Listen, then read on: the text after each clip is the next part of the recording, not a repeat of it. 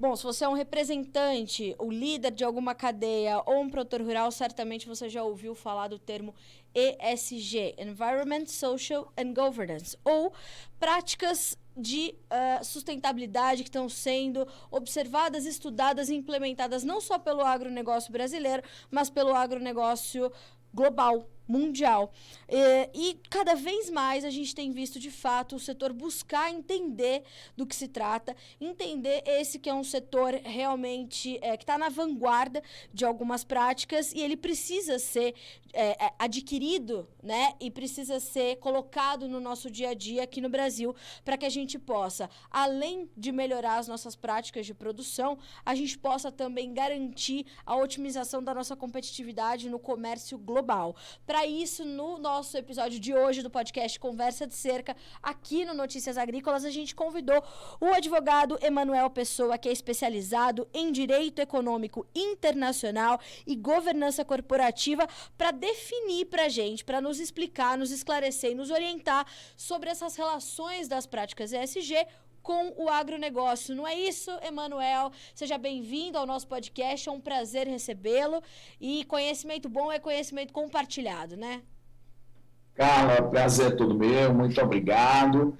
Prazer estar aqui com você, prazer estar aqui com todo mundo que assiste a gente. É interessante que você colocou as práticas de ESG para o agro, porque as pessoas, quando estão falando disso hoje, elas falam muito relacionado a empresas de serviços, a investimentos, mas não se tem falado ainda tanto do agro, porque normalmente quando as pessoas falam do agro, elas pensam unicamente na sustentabilidade e falam pouquíssimo da parte social e principalmente, praticamente não se fala no agro da parte de governança corporativa, o que é um equívoco. E quando a gente traz essa questão da governança, hoje a gente vê que realmente o produtor, ele tem buscado colocar isso dentro do seu dia a dia, colocar a governança como parte importante e determinante da sua gestão, né, Emanuel? O que acontece quando a gente vai pensar em governança corporativa é o seguinte: o produtor brasileiro, ele cada vez mais é organizado de uma maneira que realmente parece como se ele fosse uma empresa. Na verdade, todos eles se organizam como empresa. Não faz sentido para o produtor brasileiro não atuar como empresa, mas quando eu digo isso como empresa, tem se profissionalizado cada vez mais. Contudo, o que acontece é que muitas vezes hábitos antigos, eles não são abandonados. Então, aqueles fazendeiros, plantadores, que eles foram lá, desbravaram a fronteira agrícola, colocaram a cultura da soja e tantas outras culturas que nem eram comuns naquela região, investiram por dezenas de anos no aumento de produtividade, na questão de diminuir os eventuais barreiras fitossanitárias estrangeiras, aumentar a produtividade mesmo com todos os problemas que a gente sabe que existem no Brasil. Então eles pensam, eu cheguei até aqui, eu fiz tudo. E aí ele não consegue entender que o que te trouxe até aqui muitas vezes não te leva daqui para frente. E aí essa governança corporativa às vezes tem, às vezes não tem, mas na maioria das vezes é uma desorganização. Na maioria das vezes o que tem um gerente, alguma estrutura. Então, quando a gente se refere à governança corporativa, isso vai mais além. Vai, por exemplo, ele preparar um plano de sucessão familiar. Quem é que na família vai suceder? Às vezes ele tem 3, 4, 5 filhos e não sabe quem vai exercer cada papel, como os outros vão viver da fazenda, como é que o dinheiro vai ser repartido, as competências. Isso acaba gerando uma briga familiar que no final destrói aquele empreendimento rural. Então, a governança vai desde a sucessão familiar até maneiras de você organizar quando ele tem sócios ou diretores, como eles trabalham entre si, como essas relações são regidas e também, evidentemente, como é que você vai conseguir aí comunicar isso da melhor maneira no mercado para que a sua empresa possa ser vista, uma empresa rural, a sua propriedade rural produtiva, ela possa ser vista de tal maneira que ela consiga juros mais baratos, ela consiga um financiamento mais barato, ela consiga um valor de mercado mais alto, e a governança ajuda a isso, assim como também o social e o ambiental, que juntos compõem o ESG. É uma forma de trazer mais transparência ao empreendimento, Emanuel? Também uma forma de trazer mais transparência ao empreendimento, mas quando a gente para falar mais transparência, parece que ele está abrindo dados privados dele. Não é. Tá. É apenas que ele está deixando claro a maneira como a empresa é organizada, e muitas vezes isso é até privado, mas ele pode fazer essa comunicação ao mercado, principalmente quando ele está indo em busca de financiamento com bancos privados, com fundos de investimento, e aí sim ele publiciza essa forma de governança corporativa que ele adota, porque uma empresa que é bem gerida e que tem bons mecanismos de governança, que ela é mais institucionalizada do que personalizada, ela tem um valor de mercado mais alto e ela acessa fundos exclusivos. Então, isso ajuda muito o nosso produtor. Quando ele opta por trabalhar e por aprimorar essa prática da governança, Manuel, ele pode também atrair mais investimentos para o seu empreendimento? É natural que ele atraia mais investimento para o seu empreendimento, por uma razão simples. Muitos fundos hoje só podem aportar recursos em empresas, sejam rurais ou não, que elas tenham desenvolvido práticas de ESG. Ótimo. Então, práticas de meio ambiente, práticas sociais e práticas de governança corporativa. Como o nosso produtor rural ele já naturalmente, tem uma vocação e também obrigações legais de sustentabilidade e preservação do meio ambiente, é natural que esse seja um ponto mais fácil para ele conseguir atingir, porque, na prática, as propriedades rurais que hoje elas são predatórias, elas acabam não conseguindo vender a produção por um bom preço, certo, porque elas sofrem aí discriminação do mercado. O segundo ponto, que é o social, nós já diminuímos muitos conflitos com trabalhadores no campo ao longo das últimas décadas por conta da mecanização, que removeu muito, por exemplo, a figura do boia-fria, por conta também do aumento dos ganhos no campo, que permite pagar um salário maior, profissionalizar o trabalho na região. Claro que ainda existem bolsões, infelizmente, coisa que tem que ser combatida de trabalho escravo, mas isso não é a maioria, isso é uma minoria muito pequena. E do ponto de vista da governança corporativa, é a principal falha, porque normalmente essas propriedades elas são administradas e geridas e organizadas e estruturadas societariamente, contratualmente, da mesma maneira há décadas. Então, isso precisa ser equacionado e resolvido para se conseguir dinheiro desses fundos que só aportam onde há práticas ESG. Emanuel, quando a gente fala dessa questão social, quais pontos você destacaria como as principais mudanças aí nessas últimas décadas? Essa redução de conflito é extremamente importante, justamente por conta dessa tecnologia, né, mais intensificada, aplicada nas propriedades, mas quais outros pontos, quando a gente fala de questão social, elas vão muito além dessas relações do empregador com o empregado, com os seus colaboradores? É tão direto que até é impossível não parecer que eu estou dando uma resposta curta demais. O fato é que a mecanização reduziu a quantidade de trabalho no campo, ponto. Tá. E quem hoje trabalha no campo, em algumas culturas, é melhor pago do que era pago antigamente.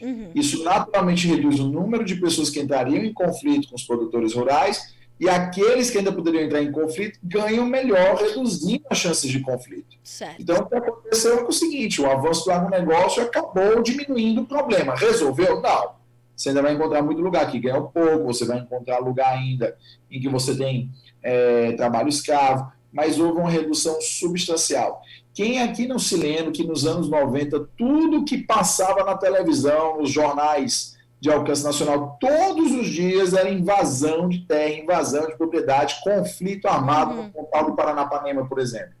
Isso hoje é cada vez mais raro de se ouvir. É porque fez completamente a reforma agrária? Não. Você tem uma urbanização maior da população, você tem uma profissionalização maior do agro, claro, teve muitos acertamentos de reforma agrária, mas obviamente não foi todos que poderiam ter ocorrido no país, mas é óbvio que isso vai diminuindo os conflitos. Então, você tem uma redução dessa escala dos conflitos sociais no campo, que existem, mas são bem menores do que eram 20 anos atrás. Quando a gente olha para o Brasil, essas memórias elas são muito frescas, porque, de fato, elas aconteceram num passado bem pouco distante.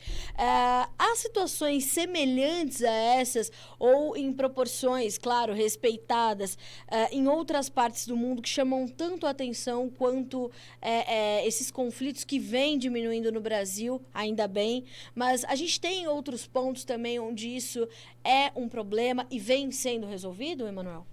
Olha só, na maior parte dos países do mundo, os países que têm produção agrícola efetiva, que têm áreas agriculturáveis, cultiváveis, relevantes, reforma agrária ou a distribuição de terra já aconteceu há muito tempo, então não costuma ser um problema. Por exemplo, os Estados Unidos, no século XIX, tinha o Homestead Act, né, que era uma maneira de se distribuir aqueles terrenos que o governo federal americano queria ir ocupando na marcha para o oeste. Então, aquilo dali ajudou a distribuir propriedade rural entre um número imenso de produtores americanos E você tem esses descendentes até hoje são proprietários rurais. Uhum. Então, é diferente a situação do Brasil de outros países, tá? Então, o Brasil, por uma peculiaridade local, por ter tido cultura de plantation há muito tempo, e pela maneira que ocorreu a nossa imigração, para substituir, no começo, né, as primeiras ondas migratórias foram para substituir mão de obra escrava nas grandes fazendas, e não vamos importar pessoas para povoar o Brasil e ocupar a terra. Então, por conta dessas diferenças, o Brasil manteve por muito tempo, como ainda tem, imensas propriedades rurais. Pouquíssimas pessoas, em proporção ao número de habitantes, são proprietários rurais em relação ao que ocorre em outros países desenvolvidos, mas o que ocorreu foi, de novo, a mecanização e o aumento do ganho salarial no campo reduzir o conflito social. E quando a gente fala disso, naturalmente a gente vê, portanto, uma segurança jurídica mais forte para o produtor rural, uma segurança jurídica mais presente no dia a dia dos produtores e, obviamente, dos trabalhadores, Emanuel? Bom, eu digo sempre que no Brasil faltam três seguranças. O Brasil é um país que carece de segurança jurídica, carece de segurança institucional e carece de segurança física. Certo. Tá? Então, é um problema constante. O fato de diminuir os conflitos sociais não se relaciona com segurança jurídica. Aí era muito segurança física e institucional. A segurança jurídica no Brasil é um problema muito sério porque os tribunais, as cortes no Brasil, sejam primeiro grau, segundo grau, especial, extraordinário, supremo, o que for, mudam de decisão, mudam de orientação jurisprudencial a todo tempo. Não existe uma uniformidade verdadeira que perdure ao longo do tempo. Então, em função disso, a gente tem segurança jurídica, porque você não tem certeza se uma interpretação de hoje um contrato vai ser respeitada depois de amanhã. Uhum. Então, a nossa insegurança jurídica ela vem daí e não dos conflitos sociais. Justamente te fiz essa pergunta, justamente por conta dessa instabilidade, né, das cortes, como você falou, a gente tem esse problema, e quando a gente olha para o agronegócio brasileiro, as regras do jogo mudam muito rapidamente a todo momento. Isso é um problema na hora de aplicar essas práticas ESG. Às vezes ele aplicou, o produtor aplicou. Daqui a um tempo, muda a regra do jogo, ele tem que refazer ali algumas coisas. Isso é comum no Brasil ou estamos melhorando nesse sentido? Isso é comum no agronegócio. Isso é comum na prestação de serviços em geral. Isso é comum na indústria. Isso é comum nas profissões liberais. No Brasil é comum em tudo a insegurança jurídica da mudança constante das regras. Certo. Só que na maioria das vezes não é que a lei muda todo o tempo. Na maioria das vezes a lei é estável. O que muda são ou os decretos regulamentadores ou como o mesmo tribunal interpreta aquela norma. Certo. Então, às vezes, o tribunal interpreta uma norma de um jeito, 2 anos depois, o mesmo tribunal muda a interpretação. 2 anos de novo, já volta para a interpretação anterior. Então, esse vai, não vai, diz. Isso lembra até aquelas músicas de Olimpíadas, né? Puxa em cima, leva e traz. Esse negócio que você tem com a interpretação das normas no Brasil atrapalha todo tipo de investimento. Por quê? Imagine que você é um investidor estrangeiro. O Brasil te promete uma taxa de retorno de 10%, mas com a instabilidade você tem um risco de 50%. Então, na verdade, na sua cabeça, você não tem 10% de retorno, você tem 5%. Aí você pensa, eu vou mexer no Brasil com a taxa de retorno com 5% de chance, mas tem 50% de chance de não ganhar nada, ou eu vou meter o dinheiro nos Estados Unidos, onde eu ganho 4%, com certeza. Claro. Não, a maioria dos investidores vai para a certeza. A maioria das pessoas prefere o certo ao duvidoso. Então, essa instabilidade brasileira tira muito dinheiro do Brasil. Ora, o Brasil era para ser um paraíso de investimento, externo e interno. Mas se você reparar bem, basta a Selic subir só um pouquinho, o pessoal do dinheiro no Brasil prefere comprar título da dívida pública do que aportar dinheiro em atividade produtiva, por causa do risco. Ele vai, investe, o cara dá um problema com ele, ele tem que entrar na justiça, 20 anos litigando. Ele ganha, mas não leva. Então, para que ele vai arriscar o dinheiro dele se ele pode emprestar para o governo e ter o garantido? Então, isso é um problema muito sério no Brasil. Tanto que eu digo que a principal reforma que a gente faz no Brasil não é educacional, não é política, não é nada. Por mais que sejam essenciais. Se não houver uma reforma judicial, do judiciário, da estabilidade das decisões judiciais no Brasil, você pode criar a melhor regra do mundo, que a interpretação vai mudar toda hora. E quando a gente fala sobre isso, a gente está falando sobre incentivar, mesmo que de forma indireta, um investimento muito mais especulativo do que direto e que vá gerar frutos para esse país, né, Manuel? O investimento especulativo no Brasil ele vem por causa da ciranda financeira. Quando você Sim, aumenta a taxa de juros, fica muito alta em relação à inflação. Foi uma coisa que a gente passou a maior parte da nossa história. Os exato. juros baixos que a gente teve ano passado e o começo desse ano foi assim, uma exceção da exceção da exceção na nossa história. É. Tanto que a Selic já está subindo de novo. Mas é porque o cara prefere emprestar dinheiro para o governo brasileiro na garantia de que vai receber aquele dinheiro, uma taxa alta, do que aportar em atividade produtiva. Então, você quer ver uma coisa? Quando a Selic desaba, como aconteceu na crise, foi uma das coisas que ajudou a sair da crise. Por quê? Porque o pessoal, o dono do dinheiro, pensa, para que eu vou emprestar para o governo, receber, sei lá, 5% ao ano, com inflação de 5%, dá zero, se eu posso correr o risco de aportar ali no comércio, na indústria, que dá 15% com chance de 50% de perder, ou seja, a minha média de retorno é 7,5% se eu diversificar meus investimentos. Então, assim, faz parte, evidentemente, a questão dos problemas financeiros do Brasil, mas isso é muito mais um incentivo que está desalinhado que a maneira que os juros ocorrem no Brasil incentiva as pessoas a atuarem na ciranda financeira e não no setor produtivo. Emanuel, essas instabilidades, esses desalinhos, eles acabam também desestimulando o produtor a investir e garantir essa aplicabilidade dessas práticas ESG, ou ele já está olhando de forma um pouco mais diferente, com um pouco mais de coragem para fazer isso, porque ele sabe que a comercialização do seu produto vai muito depender disso também, além, obviamente, das práticas ambientais. A gente tem um código florestal aí bastante completo, mas que também tem essas interpretações que podem mudar a todo momento.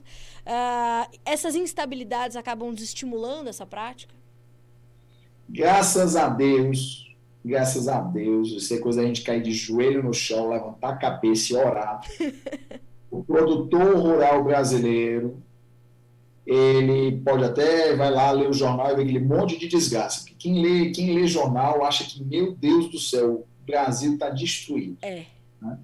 Mas o produtor rural brasileiro, graças a Deus, ele aprendeu a ler o jornal e entender, beleza, tá uma droga ali, aqui tá bom. Vou plantar, vou trabalhar, vou acordar às 5 da manhã, vou ligar a colheitadeira, vou botar um insumo, vou retirar quando tiver na época da colheita e vou embalar e vou vender. Então ele tem outra mentalidade. Então ele não está pensando, é a tragédia que está acontecendo em Brasília, descobriram um offshore de não sei quem, não sei onde. Não. Ele está pensando o seguinte, se eu não aplicar o ESG, eu vou ter dificuldade de exportar. Por quê? Porque daqui a pouco o europeu e o americano, que não conseguem competir com a gente, não conseguem. Ser produtor que está me ouvindo, você sabe. Bota um alemão para vender maçã, você vende mais barato do que ele. Coloca um americano para vender soja, você vende mais barato do que ele. Mais barato e melhor, porque você está 30, 40, 50 anos fazendo isso. É você que é a riqueza do Brasil. Então você, produtor, quando está nessa, você não está pensando nisso, nesses problemas. Né? Você está pensando o seguinte, se eu não atentar para o ISD, daqui a pouco o europeu e o americano vão criar uma nova barreira para a minha exportação. Qual é? Eles não conseguem mais colocar barreira fitossanitária. Tá? Se eu rolar um pouquinho na Avenida Paulista, é capaz de terminar de rolar o porco na Avenida Paulista, ele está mais limpo e saudável do que um porco criado numa redoma de vidro na Alemanha. Por quê? Porque a gente aplica veterinário, vacina, a gente faz todo tipo de análise, cruzamento de rebanho, alimentação controlada. É esse o nível que você, produtor, chegou para o nosso país. Você fez o primeiro mundo do agronegócio, é no Brasil. Então, o que o europeu e o americano vão fazer? Não consegue mais dar barreira fitossanitária. Não consegue mais colocar barreira alfandegária. Chegou no limite. Então, eles têm que colocar uma barreira do ESG. O que eles vão dizer? Você está plantando em área da Amazônia. Pode ser até mentira. Imagina a situação hipotética de um cara que produz queijo em Minas Gerais. Aí o concorrente dele na Europa fala lá para o Carrefour na Europa, Carrefour é o seguinte, esse cara aí, esse queijo aí, essa vaca pastou na Amazônia, esse leite veio da área de desmatamento, esse cara está destruindo a sustentabilidade mundial, nós estamos respirando mal por causa dele. Verdade ou mentira, ele diz isso. Aí o Carrefour vai ter que parar para investigar, porque senão vem toda aquela turma que faz o escândalo antes da apuração e destrói a imagem do Carrefour, não compra no Carrefour, destrói o valor de mercado do Carrefour. Estou dando um exemplo com o Carrefour, não estou dizendo que tem acontecido isso. E aí o cara lá de Minas Gerais vai ter que provar que Minas Gerais não fica na Amazônia. que a vaquinha dele nunca andou num pasto na Amazônia, que a vaquinha dele, se perguntar para onde é o Amazonas, ele aponta para o Oriente Médio, porque não sabe nem para que lado é. É isso. Então, então esse cara, esse produtor, ele está preocupado com isso, e não com essas discussões etéreas, imateriais para a vida dele em Brasília. O que ele quer saber é o seguinte: como eu vou impedir o europeu e o americano de tentarem ferrar a competição comigo aplicando o ISD? Como? Eu aplicando o ISD primeiro. Eu provando. Como é que ele prova? Ele vai lá e consegue uma certificação de que ele não está na Amazônia, ele consegue uma certificação de que a plantação dele é sustentável, ele consegue uma prova de que ele reduz a pegada de carbono, ele tem uma prova de que ele trata os empregados de acordo com a legislação trabalhista, ele tem uma prova que ele tem boa governança corporativa e que ele gere a atividade dele de forma profissional e sustentável. Quando ele vai atrás disso, quando ele prova isso, quando ele tem isso redondo, consegue certificados internacionais e tudo, se o cara lá, no exemplo dado, ligar para o Carrefour e falar do cara, o Carrefour liga para o cara de Minas, tem certificado para provar que você não está com o boizinho da Amazônia produzindo queijo? Ele tem, está aqui, certificado internacional, emitido pelo centro XYZ. Teve vistoria, teve tudo, está aqui.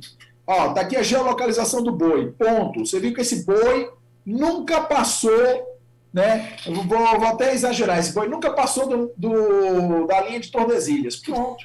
E é isso. Então, o nosso produtor, ele está hoje se preocupando cada vez mais com ESG, porque se ele não se preocupar com ESG, ele vai ter bloqueios na sua exportação. E segundo ponto, hoje, cada vez mais, você tem uma gama de consumidores que eles são extremamente preocupados com essa questão.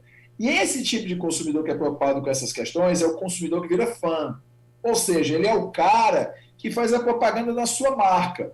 E aí esse consumidor, lógico, eu não estou falando que eu, como consumidor, eu sei exatamente qual é a fazenda que saiu a banana que eu comi hoje no café da manhã. Lógico que não.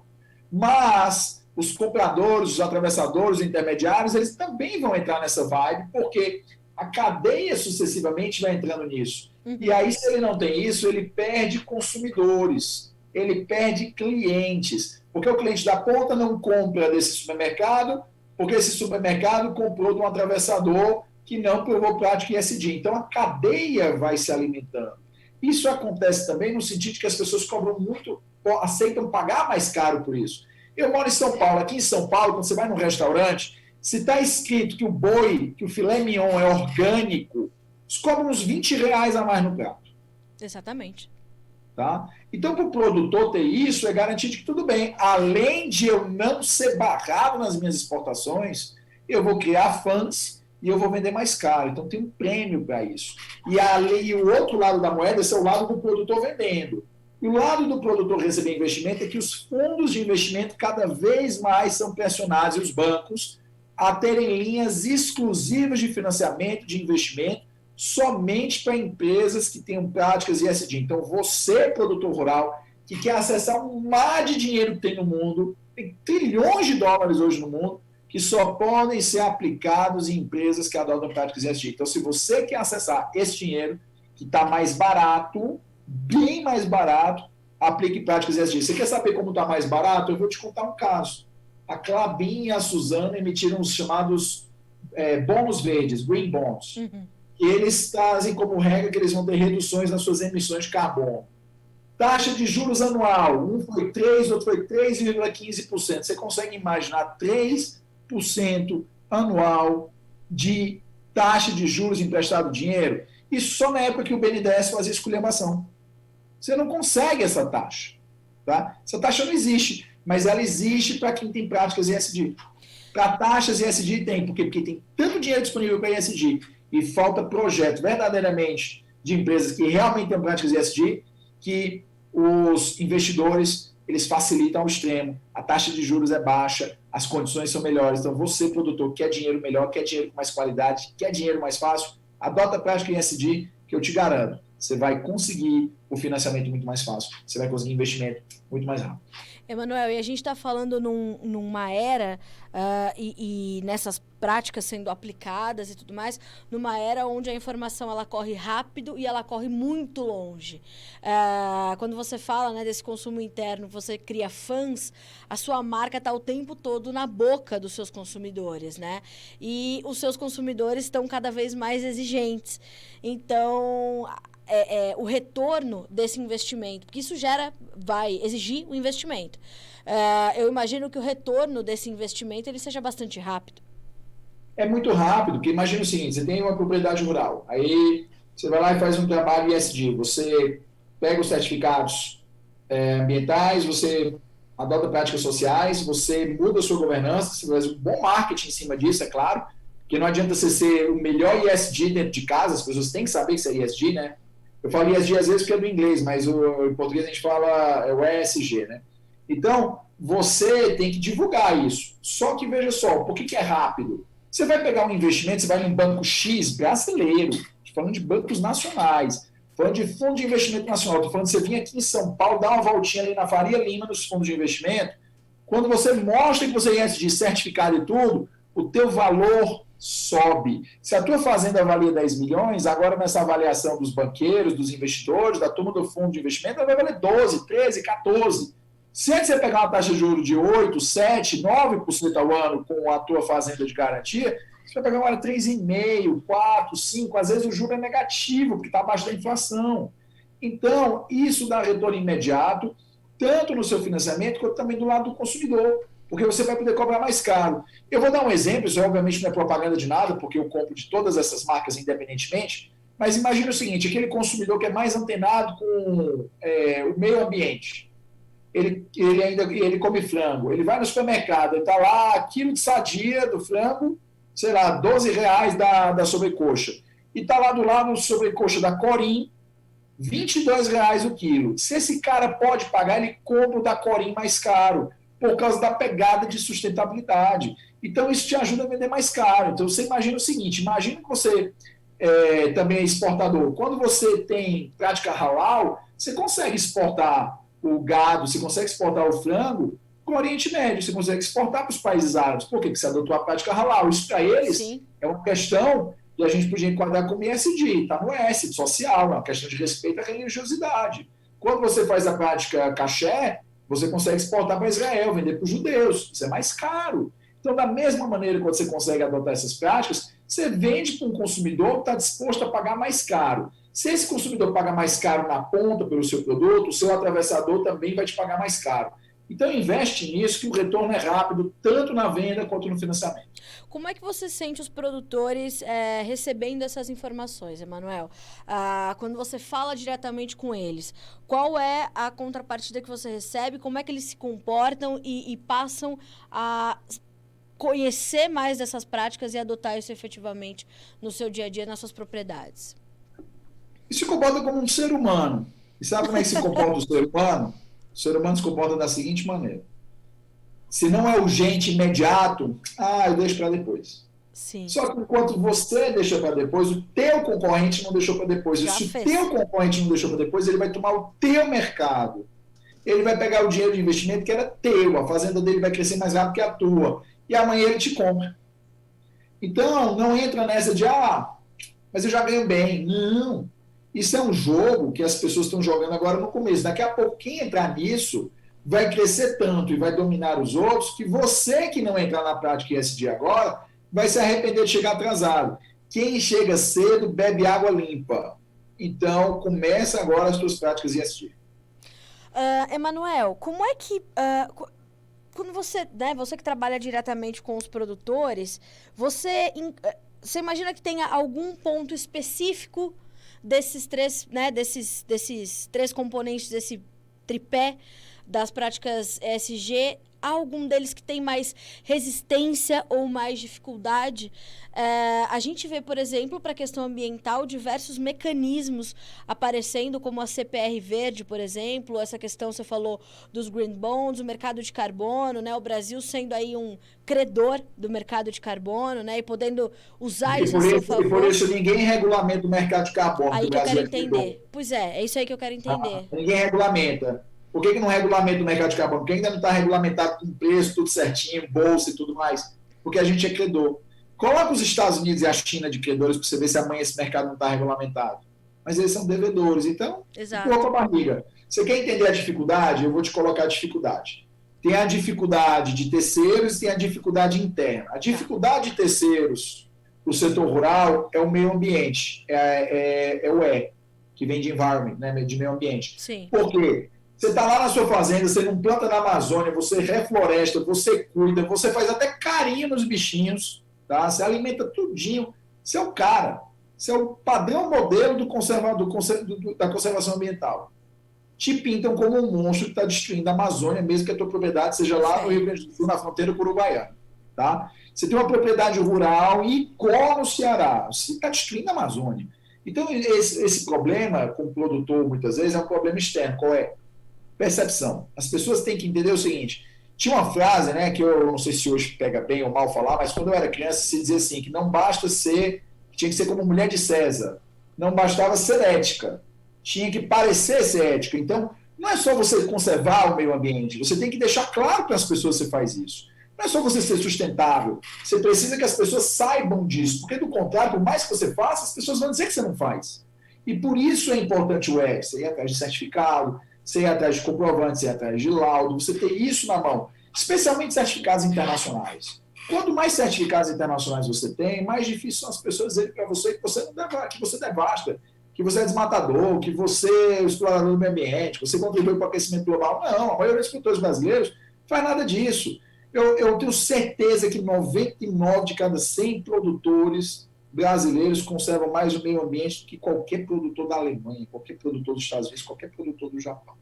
Então, como a gente realmente tem essa pegada de conservação, tanto porque quem nasce no Brasil ama a natureza, é difícil não gostar de natureza no Brasil, né? É impossível, está no nosso DNA, está no nosso estado de ser, está na nossa alegria, na felicidade, porque a gente canta desde que a gente nasce. Então, você precisa não apenas ser alguém que conserva, você precisa aparentar também para as pessoas isso. Então, só ser sem as pessoas saberem não adianta. Então, certificação. Então, esse é o problema para mim que vem de fora. A maior parte, claro, tem alguns que devastam, tem alguns que destroem floresta ilegalmente. Esses daí, eu espero que venha todo o peso da lei para que eles parem de macular a imagem dos outros que fazem tudo certinho. E do ponto de vista interno, o maior problema é governança corporativa. Por quê? Você fez uma coisa a vida toda de um jeito, é acostumado a mandar sozinho, abriu tua empresa, construiu tua fazenda, plantou sozinho, hoje que você cresceu, aí você pensa, por que eu vou agora colocar gente para dar ordem para eu sair do negócio? O que te trouxe até aqui não vai te levar até ali. Então, você precisa de uma governança corporativa para conseguir mais investimento, para conseguir financiamento mais barato e para tornar ainda mais profissional o teu negócio. Não é a parte profissional da produção. A parte profissional da produção, o Brasil é incrível. É a profissionalizar a parte da gestão, da administração, da gerência, da atuação. Isso daí faz parte da governança corporativa e isso ainda é deficiente no Brasil, infelizmente, não tem o que dizer, não dá para mentir dizendo, não, é ótimo. Não, não é. Tem muita resistência interna, muitas vezes dos produtores, porque eles são acostumados e querem manter tudo como eles sempre fizeram, e isso não funciona mais para que eles possam se expandir no ritmo que eles poderiam. Emanuel, onde que a gente tem que melhorar da porteira para fora, para garantir uma mudança dessa reputação da produção brasileira? É o que você falou, você não devasta, vão falar que você devasta, você não desmata, vão falar que você desmata, você não polui, vão falar que você polui. Pelo amor de Deus, é discutir o sexo dos anjos, porque já está claro, os números não são mais suficientes para o Brasil. Né? A gente tem dados, a gente tem satélites de última geração mostrando os números que são bastante claros e a gente precisa lutar contra eles o tempo todo, porque a gente consegue ver os números subvertidos, né? Para mostrar que em algum momento a gente está fazendo errado, quando, como você falou, 99 de 100 produtores fazem certo. Mas, você tem que pensar uma coisa, você acha que tem menino inocente nesse jogo? Mas não tem, né? Não tem menino inocente, não tem criança nessa brincadeira. Claro. Tem gente maliciosa para dizer chega. Então, o que essa turma quer? Essa turma quer plantar na cabeça de todo mundo que o produtor brasileiro é um malvado, devastador, destruidor da Amazônia, culpado pelo aquecimento global. Se estiver pegando fogo lá no meio da Índia, é culpa de um brasileiro aqui que ele tirou um galho de uma árvore que está, de uma plantinha de cacau no interior da Bahia. Tá? Por que essa narrativa interessa? Porque não há país no mundo que consegue competir no agronegócio com a gente. Traga um. Coco é da Índia. Quem é que domina o mercado de exportação de água de coco? Né? Sim. Se não me engano, castanha também é da Índia. Acho que coco é da Índia, que veio pelo mar, coisa assim, ou é castanha, ou são os dois, não lembro. Mas o coco é a castanha dos dois. Mas os dois mercados, quem domina? A gente. Aí você vai disputar, por exemplo, venda de soja. Os Estados Unidos passaram décadas dominando esse troço. Aí agora vem aqui a gente, quem é o rei da soja? Brasil. Então você acha que os americanos não querem botar uma pecha terrível na gente, para que os importadores lá fora não queiram mais comprar do Brasil, porque do contrário eles vão ser perseguidos pelos seus consumidores? Então, o que a gente precisa aí, fortemente, é o seguinte, e falta mão de obra qualificada. Eu conheço pouquíssima gente que também entende ESG, especialmente do agro. Isso é um problema, porque você, produtor, precisa desse tipo de coisa para você conseguir suas certificações internacionais, porque com essas certificações... Manuel, você não fala certificação brasileira? Não, é que você tem que lutar com a arma do inimigo, você tem que lutar com o inimigo com a arma dele. Então, por exemplo, se o francês vem encher sua paciência, que você está devastando, você mostra, eu tenho um certificado da França. Foi uma empresa francesa que disse que eu não devasto. O americano vem perto, mas diz, olha, eu tenho um certificado americano. Foram os americanos aqui que disseram. Então, por que você está me dizendo isso? Se foi o teu povo que falou que eu conservo tudo. Então, está faltando da porteira para fora que os nossos produtores procurem as pouquíssimas pessoas especializadas nisso, em ESG, para que possam se certificar, possam adotar mecanismos de governança corporativa, projetos que vão dar visibilidade ao que eles fazem e, com isso, eliminarem completamente esse falatório. Então, o falatório ele serve a uma agenda de pessoas que têm interesse em desestabilizar o agro brasileiro, ponto. E fora isso, ainda tem uma cultura de mimimi que existe hoje por aí. Alguém fala uma coisa, aí diz, porque o produtor rural vota no candidato tal. Então, pronto, vamos falar tudo de mal dessa pessoa, porque deve ser verdade. E aí gera isso e gera isso. Então, melhor maneira são as certificações, é você iluminar o que você faz, colocar a luz do sol tudo o que você faz, porque aí a verdade é tão evidente que nem os idiotas podem negá-la. É isso. E eu imagino que, nacionalmente falando, a gente precisa ter uma liderança também, né, Emanuel, e mais de uma até, que possam fazer esse trabalho diplomático, né? O atual governo da pasta do Ministério da Agricultura dobrou o número de clientes internacionais que nós temos, o que mostra que justamente a gente está atendendo a uma boa parte dessas práticas exigidas, ou não abriríamos esses mercados, mas ainda assim esses mesmos países continuam criticando, meio que de forma desmedida, o que está acontecendo e comprando da gente, porque justamente a nossa competitividade ela é bastante nítida. Então, a gente... políticas que possam também trazer, eu gostei muito dessa expressão, trazer a luz do sol ao que a gente faz, também nos falta e precisamos disso também para fechar o ciclo, né? Olha, eu não vou manifestar sobre questão política, né, mas aparentemente a ministra ela entende do ramo e faz o que pode. Então, aparentemente ela é bem esforçada, tá? Mas eu não vou entrar nesse ponto. O ponto que eu vou entrar é o seguinte: depender de governo? Sim. O governo muda.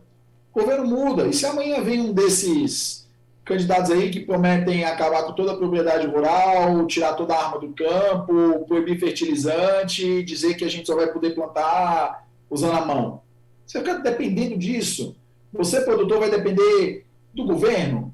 Você tem dinheiro, capital, você tem capacidade de trabalho, você tem um ser nesse país que demonstra que é produtivo, próspero e que tem peito para enfrentar qualquer coisa, é o nosso produtor rural. Isso não é desmerecimento de outras categorias. É óbvio que várias outras categorias profissionais no Brasil também têm esse peito. A gente vê aqui em São Paulo pessoas que pegam 3 horas de condição para vir trabalhar e 3 para voltar. Eles são heróis. Só que, infelizmente, eles ganham pouco. O agro, com o trabalho que faz, consegue gerar muito dinheiro. Sim. Então, o agro, gerando muito dinheiro com esse esforço, tem condição de bancar isso de iniciativa privada. Uhum. Diplomacia empresarial. A gente precisa de diplomacia empresarial. Por exemplo, tem a Dubai Expo Fair agora, né? Que é a Expo Fair, Feira Mundial. Precisava de uma baita delegação de produtores e fazendeiros rurais para expor lá por lá.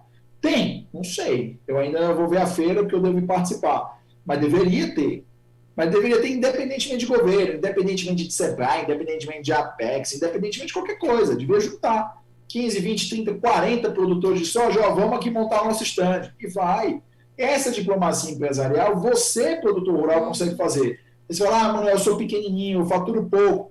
Faz no computador, na internet, uma paginazinha no Instagram, faz um site legal, manda e-mail direto e mostra para as pessoas como é. Mantém contato com o jornalista e mostra, ó, vem aqui conhecer como é. Saiba como é. Chamar para vivenciar, né? Mais do que para conhecer, para vivenciar, né, Emanuel? Lógico. Ó, eu vivo na cidade, eu vivo em São Paulo. Tá? Mas como é que eu vou negar que parte da riqueza que está aqui vem daí? Claro. É impossível nesse país. Então, se vocês geram essa riqueza toda, vocês geram mais de 50% aí da balança externa, poxa, não espera para o governo. Vocês têm o dinheiro, vocês têm os meios, vocês têm a competência, vocês têm tudo. É só vocês fazerem como vocês sempre foram e correram atrás de tudo. Emanuel, para nós é um prazer poder ter o seu conhecimento aqui e principalmente esse seu entusiasmo e eu gosto muito dessa... Porque eu tenho uma visão bastante parecida com essa de que a gente precisa começar a fazer, né? E precisa começar a acontecer, né? Porque em algum momento a gente vai ter que parar de torturar os números para que em algum momento eles falem algo contra nós, atestem que nós realmente não preservamos aí 67% do nosso território com vegetação nativa, ou que a gente tem um código florestal, ou que a gente tem uma legislação que outros países não têm, ou que o senhor Emmanuel Macron, na França, fale que vai parar de comprar soja do Brasil porque estamos desmatando a Amazônia, pelo amor de Deus. Então eu gosto desse entusiasmo. Você entender o problema do Macron, tá? Ano passado, na época da eleição do Trump, eu posso comentar o nome do emissor ou não pode?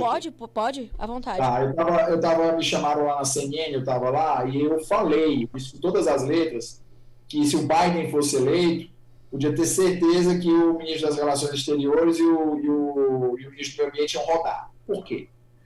O Brasil não aguenta Joe Biden e Emmanuel Macron se juntando para detonar o nosso agronegócio. Uma aliança transatlântica para ferrar a nossa exportação. Ah, eles querem ferrar a nossa exportação porque eles querem salvar o mundo. Desculpa.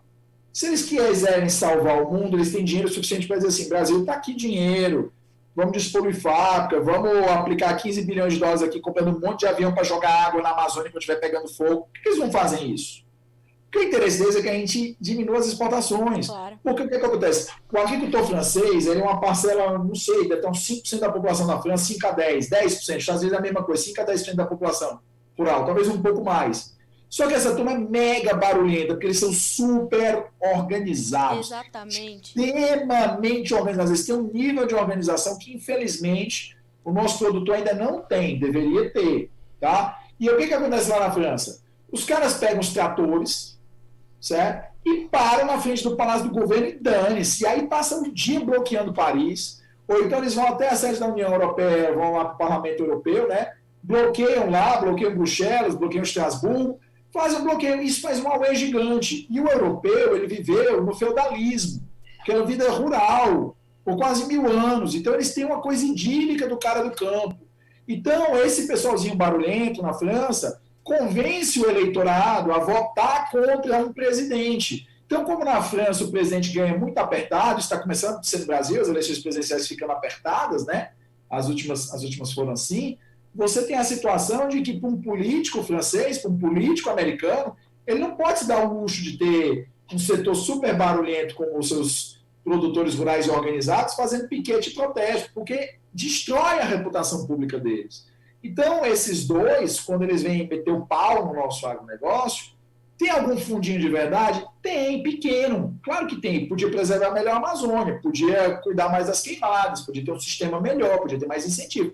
Podia, mas não é o apocalipse que eles pintam. Eles exageram de propósito para prejudicar as nossas exportações. E outra, mesmo que fosse 100% o apocalipse, e de novo, deixar claro, existe problema sim, não é perfeito. Conservação podia ser melhor, preservação podia ser melhor, luta contra o incêndio podia ser melhor. combate ao desmatamento ilegal podia ser melhor, aquela questão das madeiras derrubadas ilegalmente na Amazônia foi tenebroso, não poderia ter sido lidado daquele jeito, aquilo foi errado, tá?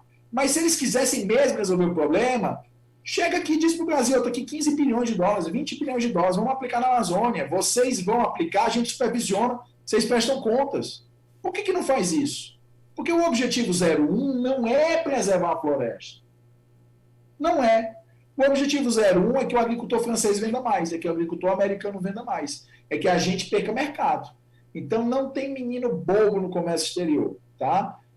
Tem deficiência do Brasil? Tem, mas não é tão apocalíptico quanto pinta, e se fosse apocalíptico como pintam, eles deveriam resolver de outra maneira. Se não querem resolver de outra maneira, não sejamos ingênuos. Eles querem o dinheiro que você está fazendo com o seu esforço. Não, eu compartilho da tua opinião, compartilho da tua análise, acho que a gente tem realmente essa situação, fora que num país como a França, por exemplo, eles têm uma produtividade muito mais limitada do que a nossa, um território muito mais limitado para ampliar a área ou qualquer coisa que poderia ampliar a sua competitividade frente à competitividade e o potencial brasileiro, e aí você vai ter que fazer realmente um barulho, né, para que isso ganhe corpo, e você vai se alinhar a um discurso que está na moda, né? A era das redes sociais, a era da informação pelas redes sociais, ela tem uma força, e agora eu falo mais como comunicadora do que como, né, entrevistadora, mas a minha experiência pessoal é de ver as pessoas, por exemplo, do meu círculo, que eu também estou num centro urbano, se informarem muito pelas redes sociais e não ter a menor vontade de trazer uma profundidade um pouquinho maior para análise, ter esse senso crítico mais apurado e ver que realmente não tem menino bobo no comércio internacional, né? Tem nada. A gente tem que parar com isso. É muito dinheiro. E além de muito dinheiro, é um outro problema, porque segurança alimentar é uma questão de segurança nacional. Claro que é. Imagina um país que não produz comida, que dependa 100% de comida do seu vizinho. O vizinho briga com ele, vai morrer de fome. Eles vão para a guerra. Tá? Então, é óbvio que a questão de segurança nacional. Então, é óbvio que esse país também, além do interesse econômico, tem interesse de segurança nacional. Não chegou ainda a esse ponto porque eles ainda produzem o suficiente e tem estoques. Então, é óbvio, o Brasil é um país confiável de venda. Mas também tem essa questão. Então, assim, não tem inocente aí. A gente precisa começar a entender a situação de outra maneira. E para vencer essa situação, é deixar claro, parceiro confiável, a gente protege o meio ambiente, tem falhas, mas tem mais acerto que falha, me mostra onde eu corrijo as falhas, vamos trabalhar junto, tá bonzinho, bonitinho, aproveita e come aqui um pedacinho de carne aqui, que a gente criou ali no Mato Grosso do Sul, tá gostoso, né? E aí vai. E é assim, diplomacia. Então, tem que ser feito. Diplomacia comercial e um bom marketing. É isso. Emanuel, eu vou deixar aqui junto do nosso episódio todos os seus contatos também, para caso os produtores, deixar um caminho até você, para os produtores que queiram saber mais, queiram conhecer mais das práticas ESG, para que eles possam entender também, e volto a te agradecer pelo teu entusiasmo, pela paixão com a qual você trata o assunto. É de pessoas assim que a gente precisa, para a gente continuar diminuindo essa cultura do mimimi e alimentando essa cultura do vamos fazer, porque tem gente já fazendo, e quem chega primeiro bebe água limpa. Sou desse mesmo time. Obrigada, foi um grande prazer. Eu te agradeço e eu até peço desculpa, achei que você ia ficar incomodada com a virulência, mas é porque é o seguinte, você está num país que ano a ano tem problema na indústria, o setor de serviço vai e volta, e quem está segurando isso aqui, é o agronegócio. Sim. Aí tem as pessoas e tratam o agronegócio como que como criminoso, aí o cara do agronegócio como é que fala? Tinha uma música, dizia, óbvio que eu não compartilho dessa filosofia, mas o ditado popular dizia, mulher de malandro que gosta de apanhar, e o agronegócio é mulher de malandro? Pelo amor de Deus. Então, assim, primeiro, gratidão, né, para você que segura o país. Tá? Você que tem segurado o país, lógico, todos os trabalhadores seguram o país, é um esforço coletivo, mas para você cujo crescimento do setor tem segurado o país, apesar de todas as dificuldades. Então, você que é produtor, primeira coisa, que orgulho que você está no nosso país, que orgulho que você é brasileiro, que orgulho da sua produção. Segundo lugar, vamos virar isso, porque você já virou coisa pior, você já derrubou todos os problemas fitossanitários, você já venceu a barreira da produtividade, você já venceu a questão tributária, você venceu tudo. Isso agora dá para fazer. Então, é só continuar no mesmo caminho sempre. O trabalho duro vence qualquer mimimi. É isso mesmo. Emanuel, mais uma vez, obrigada. O Notícias Agrícolas está de portas abertas para ti. Sempre que quiser voltar, será muito bem recebido. O teu conhecimento mais ainda. Obrigada.